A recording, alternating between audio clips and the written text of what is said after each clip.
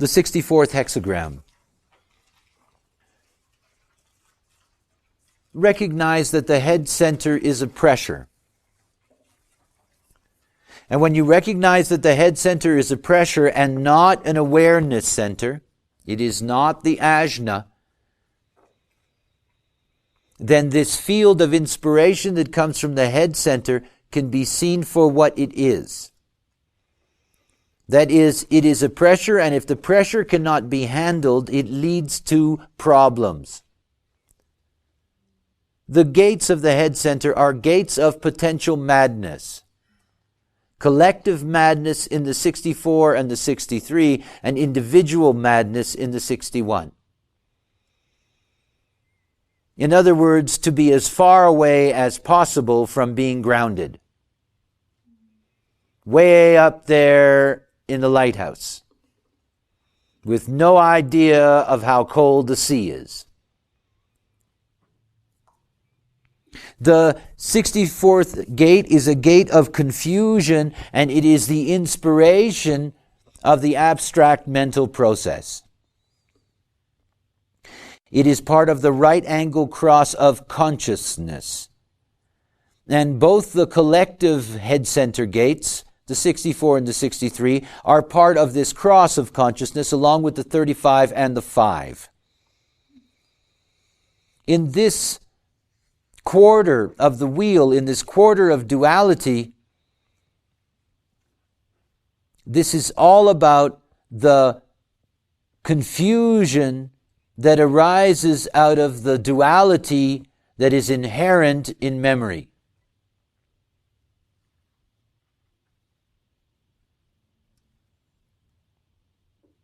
The streams of awareness that are collective, the mental streams of awareness, are visual in their nature. The 17th gate is a gate of the right eye, and the 11th gate is the gate of the left eye, and that whole stream is a left eye process. It is a sequential process. The thing to recognize about the 64th gate is that because it's not aware, it's not an editor. It does not know how to piece the sequences together. It is simply the person that runs the film. It's not the person that puts the bits and pieces of film together into a coherent movie. And this is why there is confusion. The pressure is on the 47th gate to be an editor. That is, to be able to come to a point of realization about how the sequence fits in. And this is all about the past, and it's all about trying to make sense out of the past. Transition like birth requires determined strength for the passage through. The first line, the line of introspection, is called conditions. It says, in penetrating to the center, the understanding that instills the necessary harmony to survive disorder. Amongst the confusion, the difficulty in finding the point. What's the point of my remembering all that stuff that happened to me yesterday at the checkout counter? Why am I remembering that? Why am I thinking about that? What sense does it have? And of course, the 64th gate is not responsible for figuring that out. It's responsible for putting that out. And the first line is the ultimate foundation line for the abstract process. It is, what the hell's the point?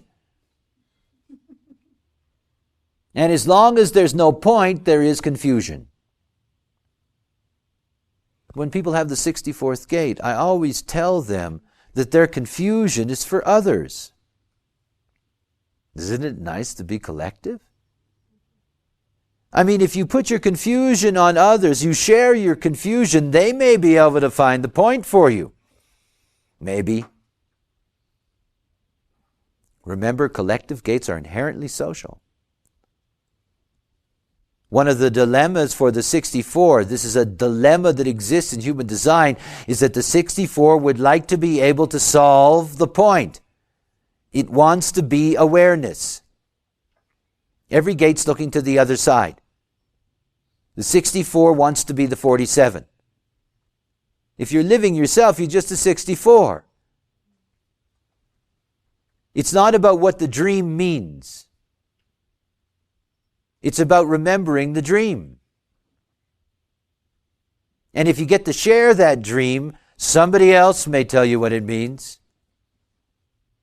If you share that dream, you may get to the point in metamorphosis where it can make sense to you. But that's not your job. Your job is to just get the dream out. Mars and detriment, the powerful temptation when having transition in sight to hasty action.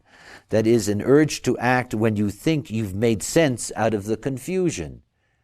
This is the great dilemma for the 64, to want to be the 47. It's the great dilemma of the 7 to want to be the 31, or the 21 to be the 45, or the 36 to be the 35, and so forth and so on. This is what conditioning is all about, is that we want to be what we're not.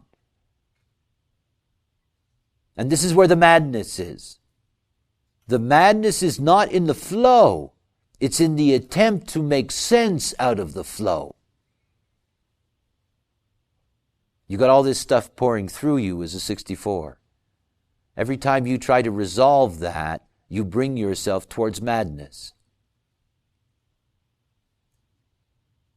Because the pressure cannot be the solution.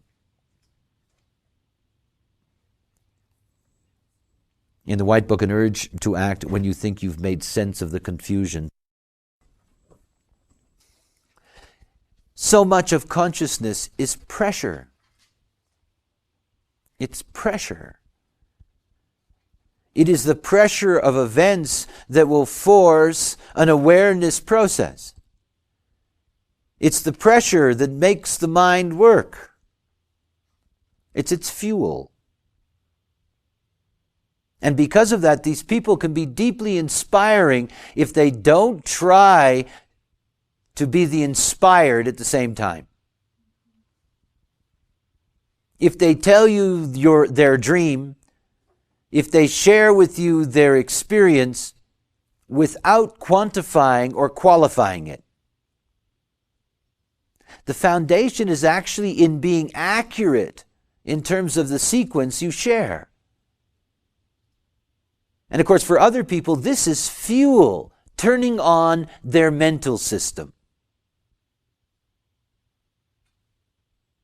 The second line, qualification. The second line does not know it's confused. I mean, think about how funny this is. The second line is walking around inside of its house and it doesn't know it's confused, and somebody knocks on the window to tell it that it is. What you're doing doesn't make any sense, dear.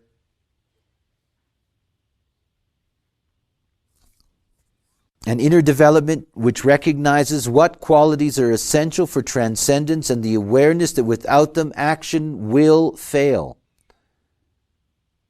Inner development. You know, the second line, leave me alone. Don't disturb me. Don't distract me.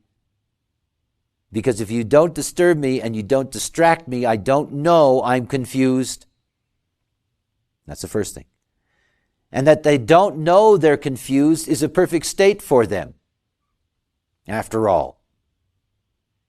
Because they're not being concerned about what all that stuff means.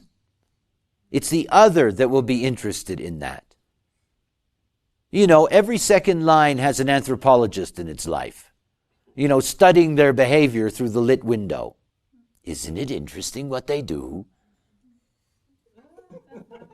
I wonder how they survive that way. It looks so confusing. The moon in detriment. Constantly in action, it wastes the very qualities and resources that it will need. That is, getting lost in the confusion and burdening the psyche. The moment, all of this, remember, this is inner development. All of this is lower trigram. This is an inward process. And here it becomes so difficult to be able to just accept your design, that you're not here to make sense out of your inspiration. What you can do is learn to recognize who really can make sense out of it. Remember that what you're not is where you can be wise. The 64 can always learn in a lifetime to be clear about which 47 really releases that pressure, that makes sense out of the inspiration. Not by being conditioned by it, by being lost in it. Not by wanting to be what one is not. I meet so many 64s who want to make sense out of things. Give me a break.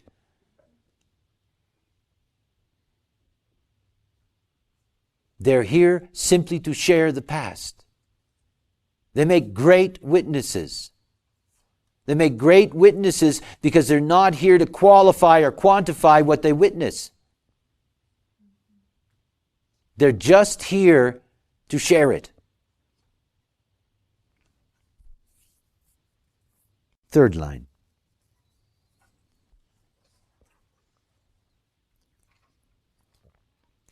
It is exceedingly difficult for the third line in this position to be comfortable.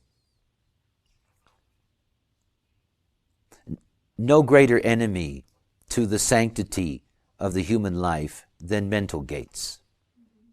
They can be terrible enemies.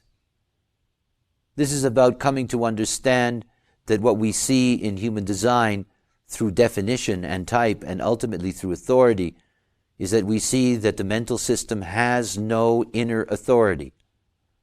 It does not have within it the authority to make a decision for us in our lives, our own lives. The mind has only outer authority. Only outer authority. You know, my joke, my mind's great for you, horrible for me. And it's still true, and always will be true. And I can never succumb to my mind wanting to be the corporal that wants to be dictator, because my life will go back to its chaos. So it's very important to understand that unless you can be clear that your mind doesn't have inner authority in your process, every activation in the mind is going to be disturbing to you. Your mind becomes your enemy, and if you have the 64 or the 61 or the 63, you can be tormented by that pressure. Overextension. Saturn exalted. The wisdom to recognize when one has not the necessary resources to complete transition. Such timely awareness may give it a chance to seek assistance. This is the third line, tough as it may be, being able to learn from banging into the other side that it can't make sense out of it.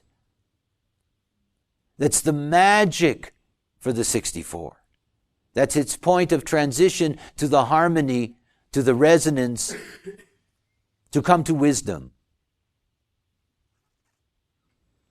The wisdom to accept confusion is a temporary state that will be resolved in time through others. Wow, what a lesson for the third line to learn. And a great collective lesson. Everything in its time through others. You see, wherever we go, we meet timing. And that timing is not something you have to learn. Timing is something that you are. And you have the right timing when you're living out your nature. The moon in detriment. The risk of a superficially confident personality that when transition collapses, there is no one to turn to. Overconfidence that the fates will be kind on demand. In other words, that whoever you meet is going to be able to solve your problem. That whoever you meet, you're going to be inspiring to. That whoever you meet can make sense out of your confusion and help you. The most important thing is that here in this third line, it learns very, very quickly the need for the social collective process. It needs it. Both the 64 and the 63, they feed the collective interdependency. They insist on it.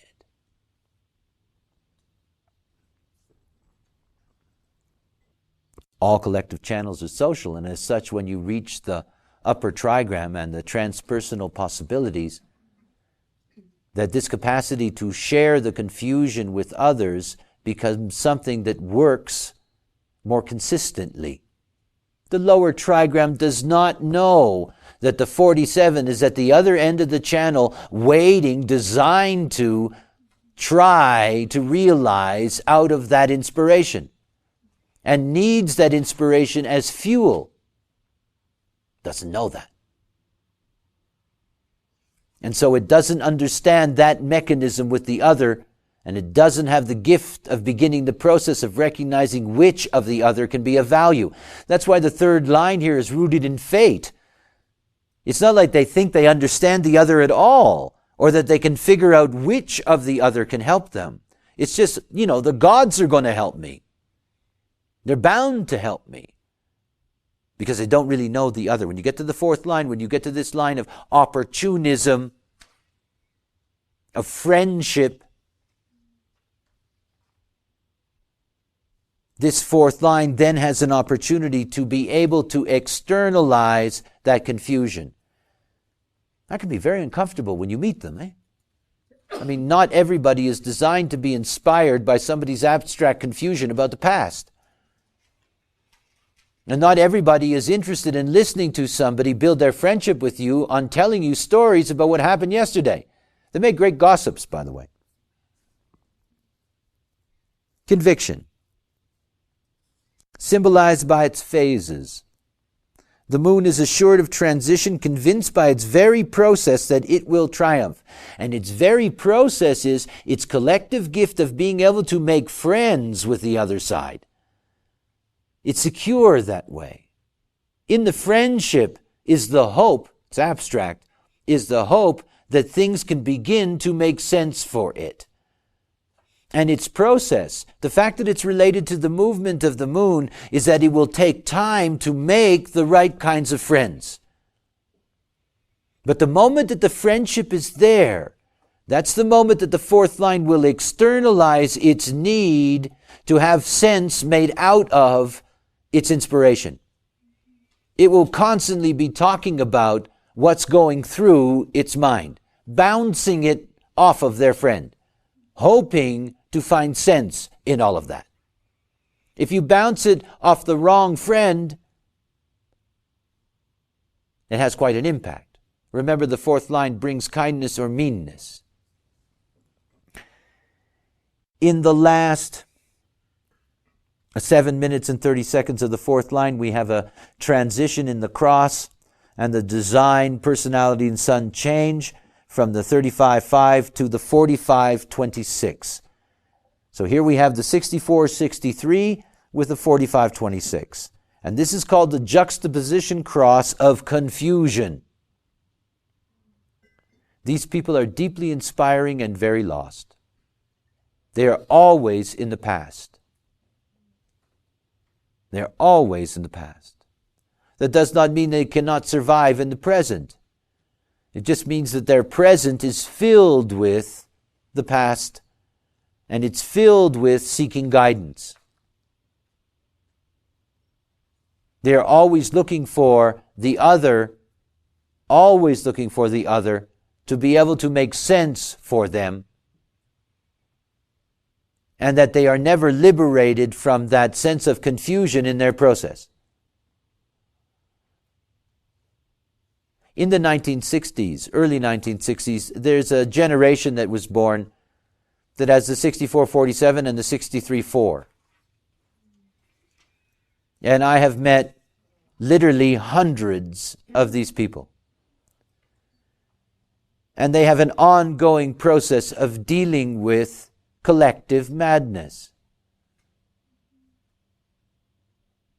The moment that you do not understand how that mechanism works, the moment you cannot surrender to the fact that your mind has no inner authority, it does terrible damage to the psyche. It leads to a life of just plain confusion.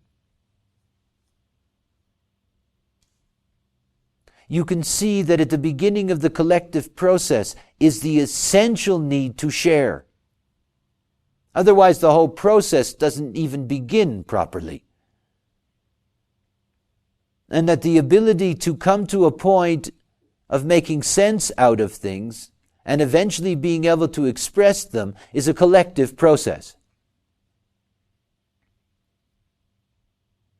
There's nothing new under the sun. That's true for everything that is collective. It is what is there and what can work amongst the collective.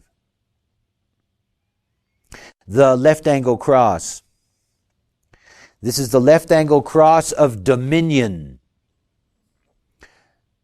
You will notice that the 2645 are actually aspects of the cross of rulership in a right angle. Here in the left angle, they're part of the left angle cross of dominion.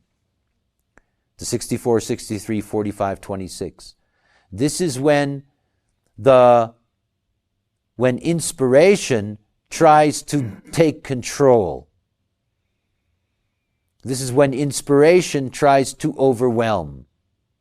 And of course, because the inspiration is not clear, whether that's abstract as confusion or logical as doubt, it leads to disorder.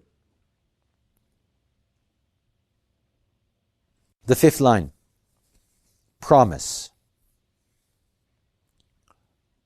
The values promised in any new order are demonstrated through harmonic interactions with others. This strengthens the justification for the struggle. That's the Venus exalted. It says confusion over which values and relationships can bring harmony. And of course, the strategy of the fifth line is that they are the ones that it's projected on them that they can be inspiring, or it's projected on them that they are confused. It's no wonder that heretics were locked up in madhouses or carved up and killed. Fifth line, heretic.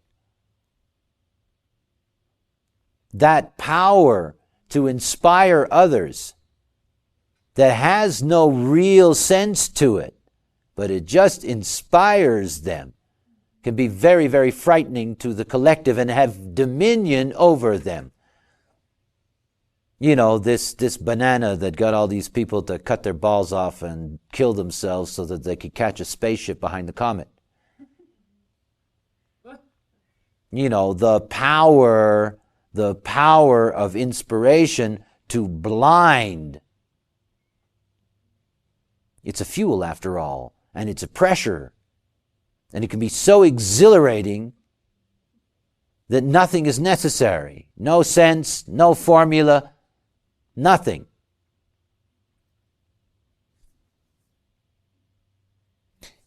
Everything about this 64 is about people. The 64 and the 63 are deeply, deeply involved with understanding the other, because the other is necessary. That the burden of inspiration must be passed on. And it has to be passed on to the right forces. Jupiter in detriment, a tendency in trying to justify the struggle by focusing exclusively on the failure of the old order that cannot demonstrate the quality of the new. That is, focusing on the past confusions about values and relationships.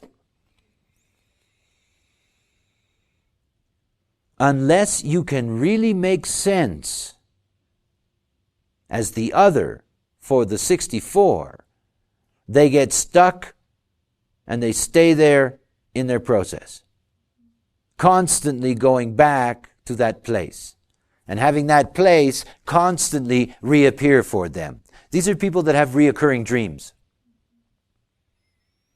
You know, they keep on having the same dream over and over again for periods of time in their life.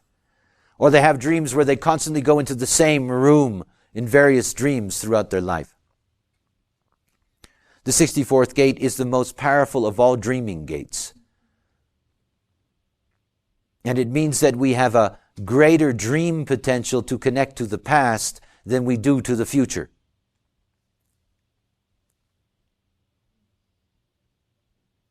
In terms of the past or the future, those are things that I speak of mechanically and things that only can exist if nothing new comes. Think about that. That is, the collective is about time, past, and future. But it does not include or consider the individual, which is mutation. You're able to dream of a future. You're able to dream of a future, but you cannot ever know what the mutative potential is. So yes, we can mechanically make contact with what's coming. I do rave returns. And what's past. But it does not mean that we can be absolutely accurate or sure about any of it because we don't know the mutative potential. We know what we can be at a given moment, but we don't know what the rest of the world can be at that moment. The key for the 64-5 is that, like all fives, it has to be able to provide a practical confusion. Does that sound confusing? That is a confusion that can be made sense out of practically. That's very important. That is their gift. Not to offer the practical solution, but to offer an inspiration that has practical application. And again, only in times of crisis, only in times when it's necessary. Otherwise, they're better off being off on their little farm. The 6th line. There is a strange thing that takes place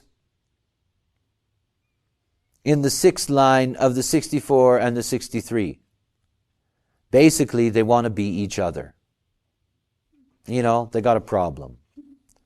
The 64-6 would love to be logical. I mean, it would just love it. It sits up there with all that confusion and says, gee, I wish there was a logical way to make sense out of all this. And the 63 with its doubts, I can't come up to the formula. Maybe somebody's got an idea. Wants to be abstract. The grass is always greener on the other side, whether you're logical or abstract. Victory. The mental assuredness that knew that victory was inevitable, thus making triumph sweet, but not a reason for excess. The mental gift of enjoying the confusion and its diversity of data.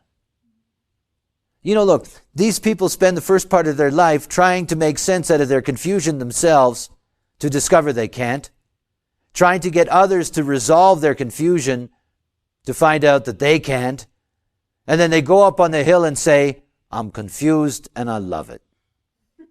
You know? Let me be an inspiration to you. I don't know how anything works, but I can turn you on to a zillion things. It can be very beautiful. To enjoy the confusion.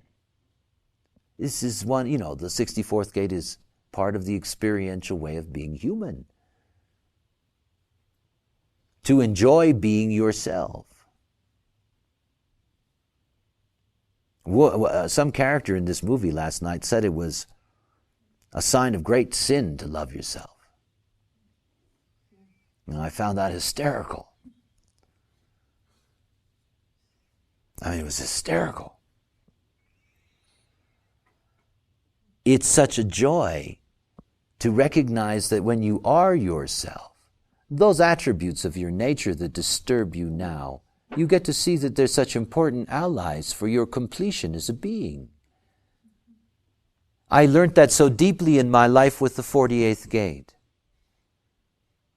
I have this gate of depth, and I don't know what's going on because it's covered by 2 Neptunes. And I don't have the 16th gate at the other end. I spent so much time in my life chasing skills, chasing after the holy grail of the 16, assuming that if I got the right skill, I could get my depth out. Like the 64 trying to make sense out of its own inspiration. And it was nothing but frustration for me. Oh yeah, I did learn a lot of skills, that's true. But it still didn't do me any good. When I got to the point in my process, where I met the voice, I met this knowledge, it's the moment I stopped looking for skills. I just stopped. And what happened to me was that the skills came to me. The ones that had the skills came to me for my depth, and I got to see my depth manifest. And it's perfect. So I didn't need to learn any of those skills. All I had to do was wait for the skillful ones to recognize my depth. And for me to be clear which one of the skillful ones is right for my depth. To be aware of your design is to enjoy what you are. To enjoy your limitation. We all have limitations. It's there to enjoy your limitation, to revel in it. There's nothing like you. And to revel in that and to understand the magic of the cosmos is that there's someone on the geometry line that's going to pull up to your gate and is going to say, hey, you got that, I need it. And I got this and you'll love it. If you just wait. This enjoyment of the diversity. Think about how valued these people are.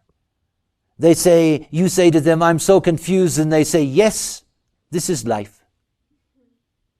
That's what they say. Yes, this is life. Life is confusing. Yes, it's true. And you don't have to expect that you're going to have to be responsible for eliminating that confusion. Because if you do that, you're going to go nuts. Just enjoy being confused. Enjoy being an inspiration. Remember that confusion is a necessary stage before order can take place. We learn this in the 3rd gate of mutation. Confusion is necessary before order can take place. So that this state of being inspiring but not being clear is a perfect state.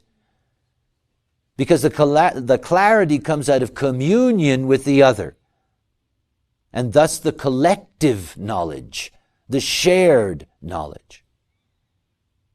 The detriment, Venus. Like the story of the Trojan horse, it can be dangerous to get carried away in celebration, lest one loses vigilance and perspective. With all the data, it's easy to lose perspective. If you're collecting all of this confusion, it's hard to tell what of anything is worth anything. And it's true. Whenever you meet a 64 and you scratch them deep enough, they're yearning for logic. The wheel is very, very kind to them. Very kind to them. Because at the end of the 64 process, you move into the 47. And that's very nice. Instant gratification, go from confusion to making sense. It's one of those transits, by the way, that's very interesting to watch, technically. Watch the moon go through or watch inner planets move through. And don't watch yourself. Watch everybody else in your life around you. So on the 64 day, you can see they're confused as hell. And then you watch them go through all of that pain. It's conditioned, so they really go through it. And then the next day or the day after, the 47 comes, and all of a sudden they make sense out of it, and they release all that pressure. Of course, the fact that it's conditioned means that what they've made sense out of may have no value for them whatsoever, but that's another story. In the wheel, as we move, we're going to go from this pressure, this inspiration, and we're going to step into the beginning of the process of making sense out of it. The key in all of this is really to recognize that if you don't live out your nature, you really suffer. If you don't understand the mechanics of how you operate, your life is going to be full of unnecessary pain. It just will be. And at the moment that you can accept the way in which you operate, you can accept that there are certain things in your life that are not meant to be resolved, not meant to be acted on, not meant to be enjoyed, not meant to be done, and so what? All the conditioners say the same thing. You missed it. You missed something. You should have been there last night. You should have done that. You should have read this book. You'll miss something if you don't. These are the conditioners. You miss nothing. There's nothing to miss. When you live out your nature, you get exactly what's for you. And all that stuff you think you're missing, that's the stuff that brings you so much trouble in your life.